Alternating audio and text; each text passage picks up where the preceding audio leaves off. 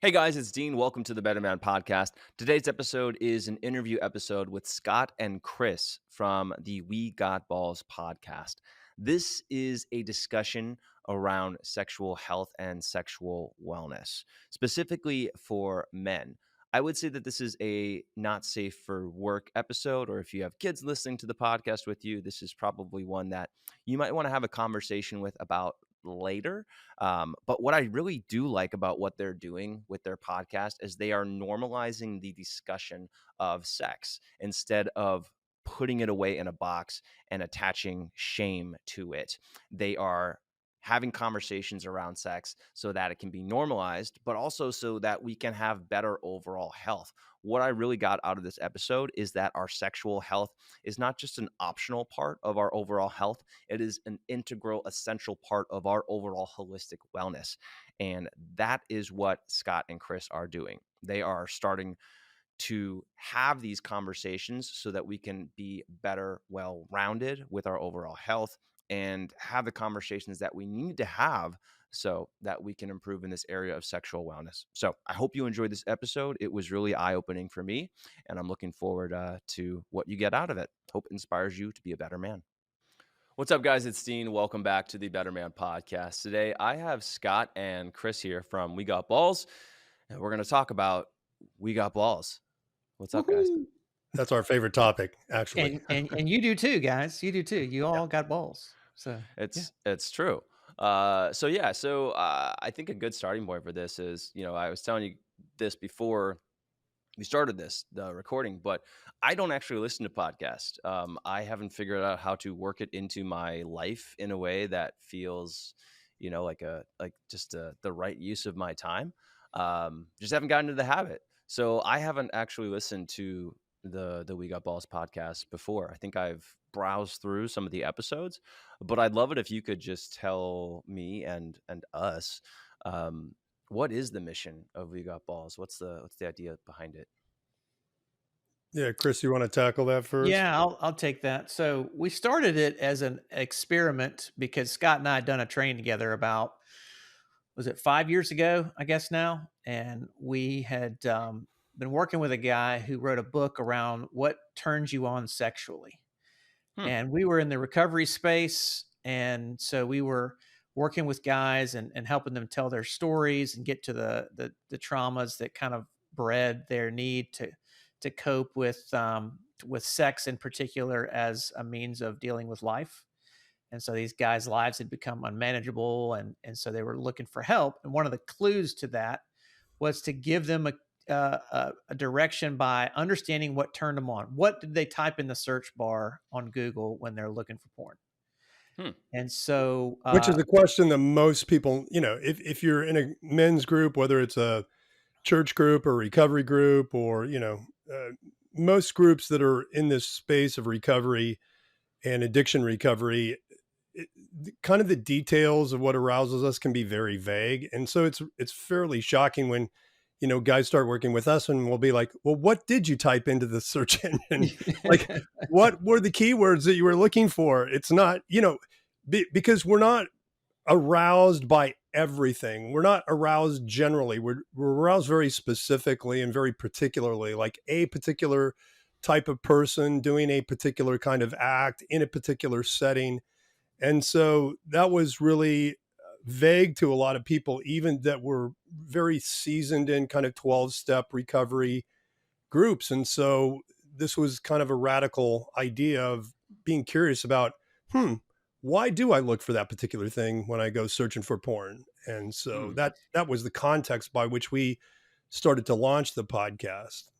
Yeah. and, But What a and taboo then we topic. found out that people really loved our content on penises for some reason. Okay. As a guy, Mhm. so we start doing general masculinity stuff, body shame, being naked with our guys, what's the benefit of that? All those issues, which morphed into a little bit more of a broader, what does it mean to be a man? What are some masculinity issues of our day? Recently did an episode on suicide. We've done things, just really addressing the issues that guys, especially guys 35 plus, are dealing with. And Mm. so that's really kind of where we're headed in the months and years to come. Is we want to be a platform. We call it a raw and real community for men, where guys can just come, share their stories, hear maybe some experts from time to time that have some great things to contribute, and get their questions discussed. We don't really answer a lot of questions, but we discuss a lot of questions every Friday on our live episode that we have on the podcast. So we're just trying to make it a safe space for guys to be guys and talk about things that maybe they haven't ever talked about before. Yeah. I mean, it's such a, I mentioned this, or I tried to blurt it out as you were talking, but it's such a taboo topic, and it's such a, yeah, it's just such a taboo topic. It's something that, I suspect that's why your guys have been, the message has been popular thus far, because like, oh, someone's talking about this. How like, how interesting, how like, almost, I don't know. It seems so taboo that it's interesting. And yeah, I guess what are the things, some of the things that people come in and share, or some of the topics that you've discussed that are like common topics that a lot of guys have shame, embarrassment, or just maybe even have been there but haven't brought to the front and like say, hey, I have these thoughts. Well, kind of what's attested to, if you look at the volume of views on our videos, our most popular video right now is called Bro Baiting. It's been viewed by over 70,000 men worldwide, which for us is a big deal because we're just, we're little guys. We're not man flow yoga. That's so, right. so we're happy with 1,000 views on our videos, but this one really took off, and it was really just kind of out of a discussion that we were noticing that a lot of guys in their growing up experience have these, well, first of all, it's about this issue of sexual harm. So we make a distinction between sexual abuse and sexual harm, which I think is really helpful for men to think about. So worldwide, the statistics on sexual abuse are this: about 1 in every 3 women will be sexually abused before their 18th birthday worldwide. Most, the figures for men are about one of every 5 men. So about 20%, but almost no expert believes that that's the actual figure. And the reason why is because when men are sexually abused growing up, it's almost always from another man. And that creates a lot of sexual confusion and a lot of shame. If I'm a 9-year-old boy and I go down to my older friend's, house to kind of hang out with him, and he starts showing me porn, and I get aroused, and then in the context of my arousal, he invites me to give him a blowjob or masturbate him, I'm typically going to view that as a consensual behavior, right? But I'm not going to engage the dynamics that were in the relationship. Is this guy used porn to arouse me first? He happens to be 15. He's through puberty, and he's sexually mature as a boy. He's an adult male in his body, and I'm a 9-year-old. And here I am being asked to connect with him in a really intimate and arousing way. And it brings a lot of confusion into my life because I'm not ready for sex at that particular age. And so that's a very common scenario, whether it's with a brother or an older cousin or an older neighbor. And a lot of guys have their first sexual experience in that context, and they swear they're going to take it to their grave. So most experts believe that the figure is the same for men as it is for women. And it may be a little higher because men never tell anybody that they've been sexually abused because of the shame around the fact that it's arousal occurring in the context of a relationship with another dude. So that's sexual abuse. When somebody exposes you to too much too soon, that's abusive, particularly if there's a power dynamic there where they're a little older or they're more sexually sophisticated or they're more experienced. And that's going to do something to your nervous system. And it's usually building on something that was already there in your nervous system that comes from your family of origin. So why is it that as a 9-year-old, I'm down at a 15-year-old house and playing with him, and nobody's paying attention to that in my family? Why do my parents care so little about where I'm at that they're not actually investigating that? And they also don't notice when I come home that day after performing oral sex on him, maybe I'm a little downcast. Maybe I'm showing on my face some distress and nobody's even engaging that.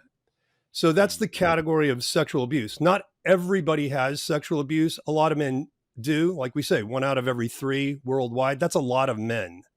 Mm-hmm. But there's this other category of sexual harm, which is occurring in a family system, typically and primarily, where as I'm growing up, nobody is even talking to me about my penis or what an erection is or what masturbation is. And I'm just supposed to figure this out on myself. And so there's a lot of silence and a lack of education from the dad in particular around my body and my development into a and male body. and And so, sometimes shaming and judgment around my body. So now I think sex itself is bad because nothing's been said except negative things. yeah. Yeah. So that's the category of sexual harm. And I think we're not really going out on a limb to say this. We all experience sexual harm growing up. Every man does. So nobody gets into adulthood without some sense of either their body being harmed. Like these are typical scenarios, Dean, is, you played college sports. I played high school sports. And there's a lot of shaming that can go on in the locker room if you're showering after the game. Hey, look at that guy. He's got a really small dick, blah, blah, blah, blah, blah. Well, there's all these micro moments that don't seem like much when you just kind of look at them in isolation. But when you look at all the ways in which that has happened over the course of your development, it can be a big deal. And so sexual harm can fall in that category of I was mocked for something of my body, whether it's my penis or whether I have too much body hair or a lack of body hair. There's all these stories that emerge from guys growing up years where they were made to feel really outside of belonging to the community of men. And then, so everybody has sexual harm in their story in some way. And then a lot of men have sexual abuse. So this is where the foundation then from sexual struggles as an adult come, because if you don't engage that harm, what we call trauma, Yeah. if you don't engage that trauma, it's going to start to resurface in your life in a lot of unproductive ways. And so that's really kind of where we originally started, but then evolving from there because so many guys are growing up without a sense of being initiated as a man by their dads, being welcomed into kind of that community of masculinity. And when there isn't a overt initiation kind of process in a culture, it defaults to sex. So I become a man when I have sex for the first time. And that's a really low bar for masculinity, right? And then if that's the bar that I learn is what makes me a man, I'm kind of bound to that view of myself, which creates these repetitive patterns of how I engage my sexuality to feel more like a man, how I don't really have an understanding of what masculinity is all about overall, other than just through that lens of sexuality. So that's why we're kind of expanding beyond just the sexual abuse category, sexual harm category overall to what does it mean to be a man, in this time in the United States in particular, where there seems to be so much confusion about gender and masculinity and toxic masculinity is thrown around. And I'm of the opinion that toxic masculinity is created by a culture that's really hostile to masculinity in the first place. And so that's what we're trying to engage with guys is where does this start in your life? What are your early memories of this? And being able to create a community where guys can tell their stories. Yeah. I mean, I think, there's a lot that I can, a lot of notes that I've been scribbling down, things that I can say back to that. I think the toxic masculinity term just has become a catch-all term for masculine behavior that we don't like. And it's just, and not even masculine behavior necessarily. It could just be like behavior from men that we don't like. So, I used to kind of just be on board with, yeah, toxic masculinity. And now people say that I'm like, well, what do you mean by that? Like, what are you referring to? Because as far as I can tell, it's more of like this catch-all term for, oh, I don't like this behavior, so I'm going to call it toxic masculinity. When it might not even be a masculine behavior. It could just be like, yeah, that dude's being an asshole, but like that's not, Yes. Yeah. Toxic assholiness. Assholeness has Yeah. been around for a long time. Yeah. So. Yeah. And yeah, I think I was thinking about this today, just in my own I have a 4.5-year-old son, and I've also done some. I've gone down the Reddit hole with looking at and I think some other short form content on YouTube with people trying to explain the evolution of masculinity. And one thing that I've came across is kind of this idea that, you know, boys are not around men as they grow up now in our culture, That's right? right. They're growing up with their moms. And so, you have moms raising boys, telling them how to be men. And, Well, it's, and even worse, their devices. yeah. Oh yeah. I mean, They're that's being the, raised by the internet. yes. Yeah. That's what that's what their exposure is now. And, you're also talking about how, you came home or get in this situation, the guy could come home from being sexually abused and he's just like in a bad mood, but mom and dad don't notice, or they're distracted enough that they don't have the conversation. Whereas, if there were not TVs, if there was nothing to do other than maybe read a book or hang out with each other, you'd be like, hey, what's up? What's wrong with you right now? You seem down. um Yes. so Mhm. yeah. So I guess for me, the one thing that came up that could be potentially one thing that could be potentially useful in discussing right now is, how can you tell if sexual abuse has occurred in your past? How do you know if there's something that needs to be dealt with that hasn't been dealt with? Oh, that's a great question. We start with, we actually start in the counterintuitive place. We don't ask guys if they've been sexually abused, because Good. most guys will answer the question, no. Yeah. Right, because of this issue of arousal, and most of it occurring in the context of some kind of contact or sexual involvement with another male, there's going to be a lot of shame around that question. So the immediate answer will be no. And even if they feel like they've been sexually abused, they'll say no. But most guys don't even recognize what sexual abuse is.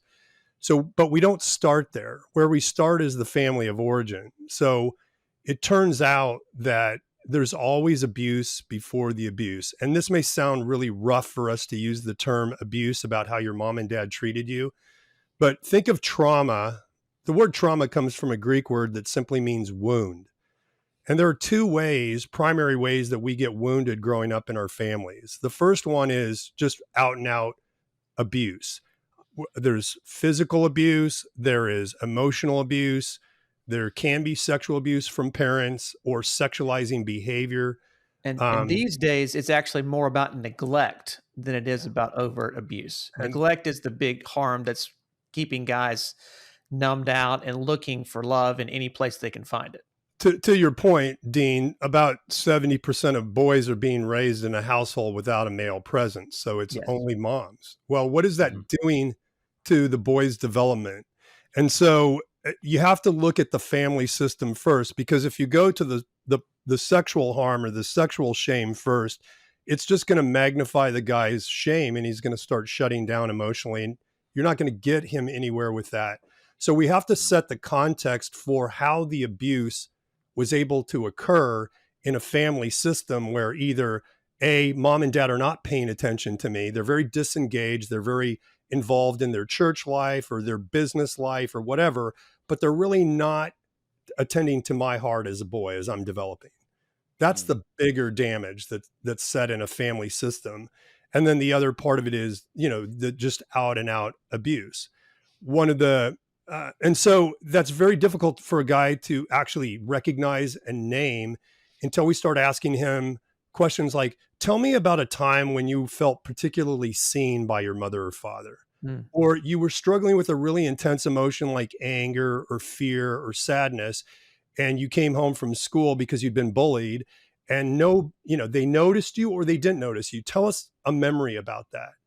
And a lot of guys have a significant lack of memory of kind and present care by their parents. It's a really common theme for men in particular. And so we help guys understand, in the context of my family, how did I learn to bond with other people? How did I learn to manage my emotions? When I felt big feelings, What did my parents do to help soothe me or help pick me up and feel better about myself? And then how do those two things, my ability to regulate my big emotions that don't feel so good in my body and my ability to bond intimately with others, how does that affect my view of myself as a boy, as a man?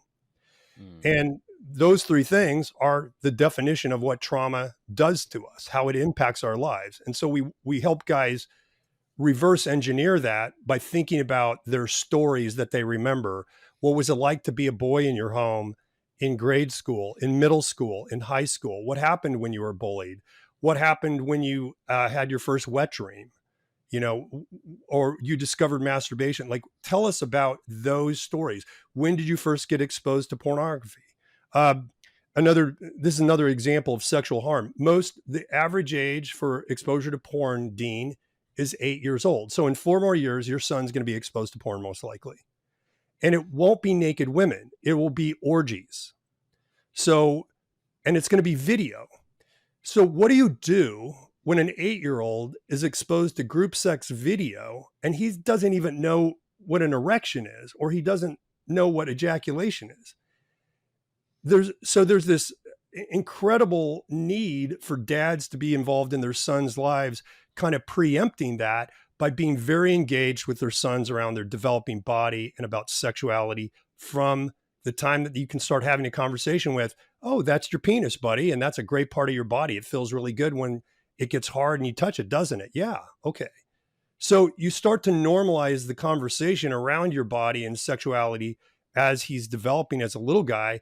And it creates that avenue to have discussions about it as he's facing these difficult things that he's going to face. But most guys will not recognize that 8-year-old exposure to porn as abuse Hmm. or sexual harm, because they'll be aroused by it and they'll feel alive by it, because we're designed to be turned on by naked bodies. And I think what we do at We Got Balls is, and in the work that we do with our clients, is we make it a normal conversation to talk about those difficult things. Mm-hmm. We talk about our own stories, we talk about our own traumas, we talk about our own journey, we talk about our own family, and we get it out there so that people can actually begin to have that conversation as a matter of course in life, instead of it being something you just do in a therapist office or just do when you're really in a very, very difficult, dark spot. Mm-hmm.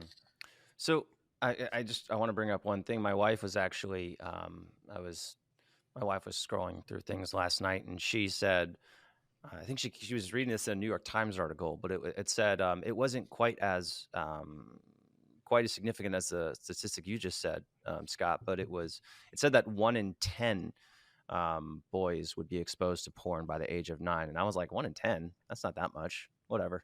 Like 1 in 10 is, but you're saying most people will be exposed. Most men will be exposed by The 8. average age. The average age by 8. Interesting. Yeah.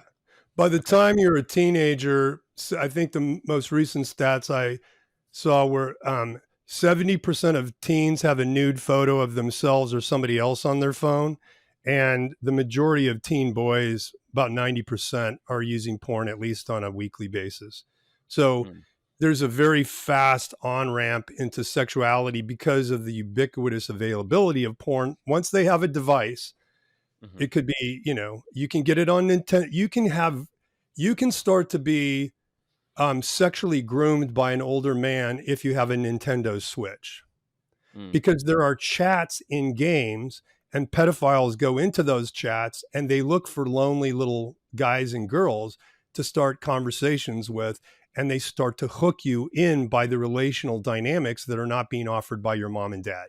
Think about how Wow. many latchkey kids there are.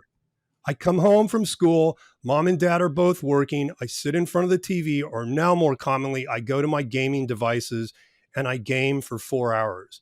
That gaming process puts me into a dissociative state where I'm just kind of focused in on the connection that I'm getting from all these random people that I'm doing multiplayer role play games with. And boom, a chat pops up that says, "Hey, I'm, so and so," right? And we have guys that were groomed online by older men starting at 11 years old just through chatting on game platforms. So parents Well, are that's completely unprepared. terrifying. Thank you. Yeah, yeah, it is. Um, I was thinking about when the iPod came out, when video became available on the iPod. This was probably 2000, early 2000s, right? Yeah. And I was thinking, oh, cool, you can watch movies on your phone or movies on your iPod, right? And then like a day later, I was like, oh, you can put porn on your iPod now. Yeah. So now instead of having to go to a computer, Well, you can have it just in your, which is, of course, everyone has a phone now, and yeah. I have been I have not been a user of porn for a long time now. That was before my that was before I what am I saying here? I'm saying I have not used porn on my phone, which most people probably do now at this point. But anyways, yeah, the access to it, as wow. Just thinking about how much access there is to it, but not just access to porn, but access to like someone who is able to inflict sexual harm on you through non-porn platforms. Yeah. Jeez. It's scary. Kids are using Snapchat. Snapchat was developed to sext with people. So Yeah. 10 seconds and it disappears. That's the whole point. Instagram, like the avenues are endless, and so you can't you can't protect your child from it. It will find them. What you can do is prepare your child for it. Yeah. Right. So, I and mean, that's it's the protection. I'm thinking of like the this reminds me of like the abstinence education versus like let's have an open conversation about sex. Yeah. Like Yep. you can't just shield your harm. You can't No. just like shield your kids from sex. It's Nope. much Well, better to have and that's why conversations. that's why we have to do it as adults, because we have to get comfortable ourselves having these conversations, right? Hmm. Yeah, I was thinking as we were talking about this, is there a are there countries, are there other cultures where sex is discussed, is normalized for growing people, growing humans, and where does that happen? Western Europe. Western Europe. Okay, I'm thinking France Yeah. because okay, all right, Scandinavian countries, Germanic countries, France, probably not Italy so much because they're more religious. Catholic. Yeah. Well, but Oh, at the same time, too, like Chris and I talk a lot about this idea of the middle path. Like, there's two kind of standard roles that societies or cultures can take on the sexuality issue. One is we don't talk about it, or the only way we talk about it is in terms of the pathology of sex. Like, sex is bad until you get married, and all these bad things can happen, so you need to avoid it. That's typically the United States approach. The religious community in the United States takes that just stop it, don't do it, try harder approach. That mhm. doesn't And, work. and Um, Chris, you're a minister. Am I totally Was. messing this up? You Was. was. Okay. All Notice right. how quickly never he pushed never that got away. fully baptized into it and escaped without Okay. being too traumatized. So Yeah. that's the one approach. One approach is a lot of rigidity and a lot of silence, which just reinforces shame around sexuality. The other approach is kind of the United States approach, or it falls under this banner of sex positivity. But in other words, anything you want to do goes sexually as long as you have consent. And our position is, well, that's a very low bar, because Yeah. you could have a child that was groomed into sexuality at a very young age, and he's consenting to things that are really harming himself. But that consent is not really doing him much good. And so what we're trying to promote is this middle path that both honors our sexuality as a good and beautiful thing, but also provides some containment on it so that it can be used in a way that creates a lot of flourishing for us. So, the hookup culture is kind of the Western approach to this, is just hook up with whoever you want, whenever you want. There are no rules around sexuality. And of course, if you try that for a couple of years, you're going to find out that doesn't lead to a lot of flourishing in your life. You might get some sexually transmitted diseases. You can't be sexual with other people without feeling somewhat bonded to people, Mm, or you develop an inability to bond because of the way you're having sex. And so that kind of free for all aspect is not what we think leads to flourishing either. So it's about, hey, what is the optimal, because you're into this, Dean, like, how do I optimize my body for fitness? So I think what we're talking about is, how do you optimize your body, your mental states, your emotions, your relational connection for the optimal sexual Mm-hmm. experience for you as a man. And that's what we would prefer to look at it. And se- optimizing doesn't mean quantity, it means quality of what Yeah. sex is intended for. So, I mean, I'm hearing you talk about this, and I think what I'm struck by is I don't think people will think of this as like, oh yeah, they'd be kind of nice to have, but I don't think people recognize this as like a component. What I'm hearing of sexual wellness is that it is an integral part of holistic wellness. Yeah. yes. And that to neglect it, like, yeah, you could neglect it, and you could, try to fill the gap with these other areas of your health, but it would be much more efficient to look at, you know, your sexual wellness. And I also like that you pointed out these, just asking yourself these basic questions Hmm. that can lead, like, basically questions that can prompt self-reflection, that can lead to answers, that can lead to discoveries about yourself. And I'm a big fan of this. I'm a big fan of therapy. I talk about it all the time. But these are the kinds of questions that can lead to significant self improvement. Not self improvement in the sense of eating better or exercising, but helping you understand yourself, understand your trauma, understand the protective or self-sabotaging behaviors that you've created for yourself in response to things that have happened to you that you have not resolved, and then being able to address them and move forward without that baggage. Yeah, absolutely. Exactly the methods that we're using to approach this. So it goes back to, where do we start? We invite guys to start with their story. What is the story of your relationship with your mother, your father, your body, your sexuality? Those questions lead then to these memories that kind of crop up for me. Oh, what was my first experience with arousal? Well, I saw my dad's Playboy stack down in the basement when I was 5 years old. And then a couple months later, and what does that do within me? Well, it teaches me that other people's bodies are for our enjoyment, right? That I can just objectify another person and enjoy them. And that's what men do. And then a couple months later, I'm down at my older friend's house and he invites me into a sexual experience. And I already believe that, hey, my naked body, anybody else's naked body is up for fair games for enjoyment. So he's inviting Mm. me to this. So sure, why not? I want him to be my friend. And then how does that Yeah, start that's to the impact my I want him to development? be my friend. That's what I Yeah. that's what I go to. That's what I think of. I think of like this desire to appease, to connect. And that's why, okay, well, I want you to be my friend. I want to be liked. So I'll do what you want me to do, even though I don't, even though if I had the choice, I don't know if I would do this. Yes, exactly right. And, So, and let me interject, because you mentioned the being raised in the church. I was raised by a pastor. So for me, sex was like a desert. There was nothing. I heard nothing. I saw nothing. It was all bad all the time. So by proxy, I was bad. So when I wanted to connect with somebody and started having these desires, sexual desires, there was really nothing I could do. I was stuck to just figure it out on my own. And so that's where I had this kind of split personality. I had this, as teenagers do, you have this moral good boy on one side and this sexual fiend on the other side, chasing down everything I could find to please my inner world. And so that's how I come into adulthood. I think a lot of the guys we work with have this religious baggage Mm. because they come up with a sexual story and a spiritual story, and they think they're just enemies, but they're really the two sides of the same coin, which is really ironic. You talk about wellness. This is all about wellness across the board.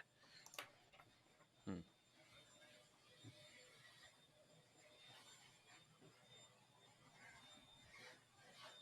Awkward pause. yeah. Yeah. So we're starting with the stories. When do you first remember experiencing sexual arousal?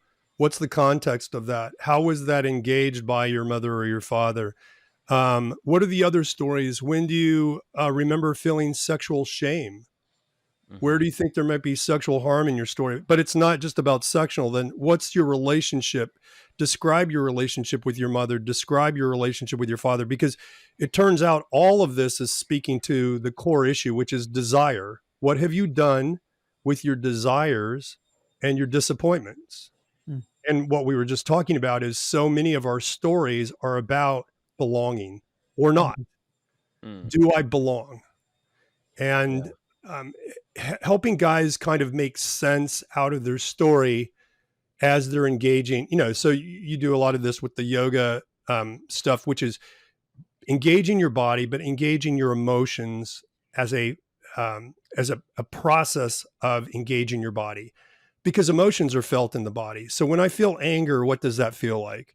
When I Mhm. feel shame, what does that feel like in my body? What impulse does that create in me? And typically we're helping guys reconnect with their bodies and their emotions, because the way men have been socialized in this country is don't feel your emotions. There's very few emotions men are allowed to feel. Mm. You're not allowed to Right. feel anger because you might become violent, and men cannot be violent, right? You're not Mhm. allowed to feel, you can feel happy, um, But but, not too much. but not too much. Yeah. And you definitely can't be act, tender. act like you've been there before. Yeah. You're not allowed to be tender or compassionate because that's a pussy. And you are Mm, allowed to feel shame, however. So, you know, we want you to feel a lot of shame in the culture, but what we don't want you to do is just be curious and kind to your emotions and engage those so that you can actually listen to your body, listen to your emotions, and be invitational about what they might be asking you to do in order to bring change about in your life. So it starts with emotional regulation. It moves on to engaging our stories. And that process of engaging our stories then leads into a place of where I reevaluate the identity that I've developed out of that. And do mm, I want to continue with that kind of self-defeating, self-sabotaging way of living in the world? Or do I want to make some changes in that? And it turns out that I can't live inconsistently with how I view myself. I have to change my identity if I really want to change my behavior. So we're not nipping at symptoms like a lot of uh, there's a lot of recovery stuff that focuses on the symptomology. Just stop doing that, try harder, Yeah. snap a rubber band, avert your This, eyes. we believe the symptoms are just the root of the greater problem. yeah, for sure. You know, those behaviors are symptomatic Like, yeah, instead of you could yeah, use ibuprofen, or you could work on your hip flexibility. exactly. Yes, yes. Yeah, yeah. So like, I feel like we've opened up a lot of things here, and these new episodes I'm doing, we're not doing like the hour and a half long episodes anymore, just because I know you guys don't have time for that. But I want to kind of close the loop here and talk about how can we start to, we've talked a little bit about it, like asking yourself these basic questions, but what are some ways that people can start to explore this area of sexual wellness in a way that, yeah, in a way that you're trying to promote? Yeah, I would say probably the best guide that's available to do this is our friend Jay Stringer is a therapist um, based in New York City, and he's the guy we trained with. He wrote a book called Unwanted: How Our Mm, Sexual Brokenness Points the Path to Healing. And basically, we operate on the same principles that in our sexual story now, the things that are causing us problems in our sexuality and our relationships now, there's always two storylines at work there. There's what's going on now, but it's how what goes on now points back to my past and is inviting me to be curious about my developmental story. What is happening in the past that ends up showing up in my present? And so his book is a great kind of introductory guide to that. He did a lot of research with about 3,400 people that do struggle with sexual brokenness in some degree in their lives. And he kind of explains the format, kind of the steps that you can use to engaging your sexual story and being more curious about it. So I highly recommend Jay Stringer's book Unwanted. He's got a new book coming out in the fall that's purely on desire that we're both really looking forward to. Yep. And then the other book I would recommend is this one by Adam Young that just came out. Adam is a friend of ours. He's going to be on our podcast in a couple weeks. But Making Sense of Your Story is a great guide for just engaging your story overall. It's an easy read. It's very, very well sequentially kind of systematically laid out on the areas of your story that you might want to be curious about. He's got lots of questions in there, and there's exercises in there. So those are two kind of mainstream resources available from a, informational standpoint. But we think probably one of the most effective things is kind of like you're doing with Manflow. With us, we actually have groups that guys can participate in where they can tell their stories, where they can engage other men's stories, and they can begin to form a masculine tribe around engaging not just my sexual brokenness, but my identity as a man. And what does it mean to be a man in today's world? And how do I form a tribe of other guys around me? Because our core operating principle is we're not intended to do this alone as men. We're intended to have brothers and guys that can see things in our stories that we can't see, and that can invite us into a place of a greater degree of kindness towards ourselves. So, joining a group that's based on kind of engaging your story and your trauma and working on a holistic way of finding a place of flourishing in life, in your life and relationship. Because as you mentioned earlier, Dean, that the thing that we really need is a community of men to rediscover what it means to be a man. Yeah. If we don't have that circle of brotherhood, how do I know what it means to be a man? How do I find who I am, what my purpose is in this life? So we got to have that environment in order to develop and grow back into the men we are supposed to be. Yeah. I mean, you're talking to the guy who created a podcast to just specifically talk about this too. So exactly. It's a difficult question because it's it just in today's climate, if you say men are this way and women are this way, then you're like, you're met with instant rebuttal. And so, but how do you differentiate? Or like, is there, does it even make sense to differentiate, or what's the benefit of doing this? But, I mean, I guess I can speak to my own personal experience, but I have found a ton of power in interacting with just men and kind of working through my own discomfort, my own baggage around like being in men only communities. So, and I like that you brought up there's a tremendous longing for that. That's why our podcast has attracted such a following. And, guys are, we do weekend retreats. We're going on a Colorado hiking adventure this summer, going up a 14,000 foot hike on one of the 15ers out there, 14ers. 14ers. There are no 15ers. Yeah. 14ers.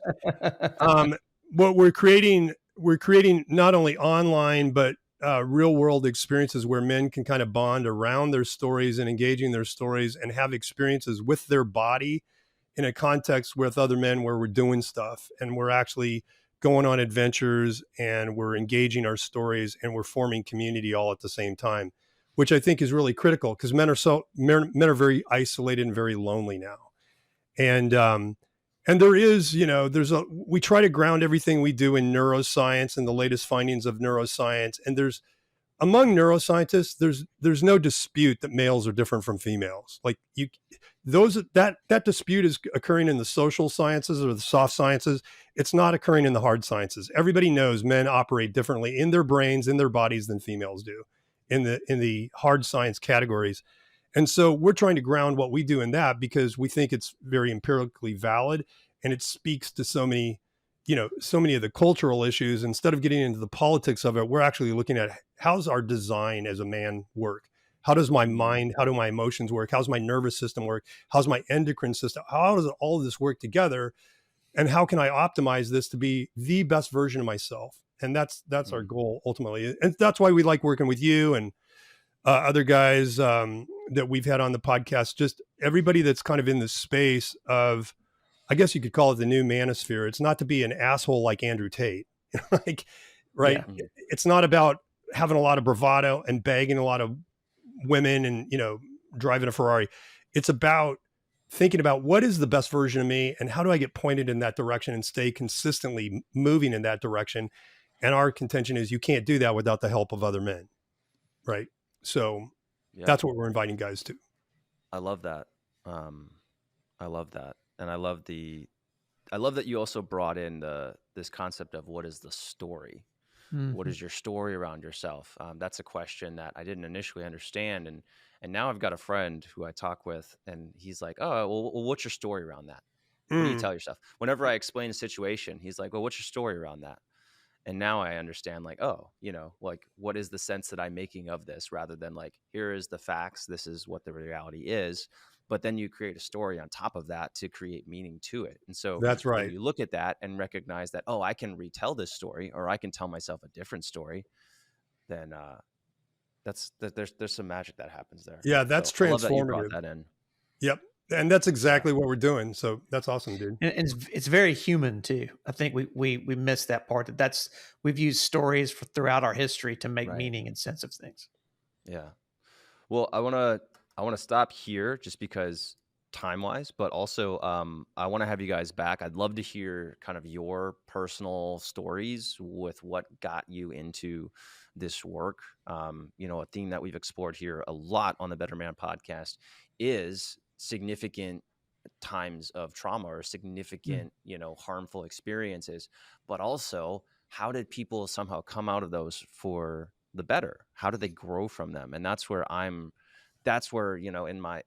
in my own life, and also like looking at other people who have had these significant breakthroughs or the significant self growth, it's occurred as a result of these traumatic experiences. And Y- so that's where I'd love to take this the next time. Yeah, we'd love to do that too. Thank you, Be Dean. great. Thanks for Awesome. having us. All right, guys. Thanks for listening in. I hope you enjoyed this episode. Scott and Chris of the We Got Balls podcast. I'm assuming all the podcast platforms. Where else can guys find you? YouTube is the best place to find us, and we Cool. got ballspod.com. Awesome. All right. Guys, I hope you enjoyed this episode. I hope it inspires you to be a better man. Scott and Chris are going to come back. I'm holding them to it. And we'll see you guys on the next one. Thanks, Dean. See you. Thank you, guys.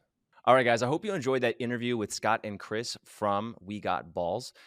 They are doing their own podcast, very successful. The best platform, I think, is on YouTube. They actually do these podcasts live, which is pretty cool. So you can join them on, I think, Wednesdays and Fridays as of now, at 12 p.m., possibly 12 p.m. Not sure the time zone. You might have to check that out.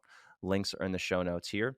I also listed links for the book that we discussed in the show notes, and I encourage you to check them out. They're doing really good work. I learned a lot, and it's gotten me really intrigued. If you are enjoying the Better Man podcast, I encourage you to leave a review. You can do that on the Apple Podcast platform, on Spotify. You can also listen to a video version of the podcast on the Better Man Podcast YouTube channel. So check that out. You can also watch it in the Manful Yoga app and members area. So thanks for being here. I hope you're enjoying this. If you haven't already gotten started with the Manful Yoga, I encourage you to try out a free 7-day challenge. We actually have a sexual wellness challenge that, if you're listening to this podcast, you might enjoy. It's manflowyoga.com/SWC. So sexual wellness challenge, SWC, to sign up for that.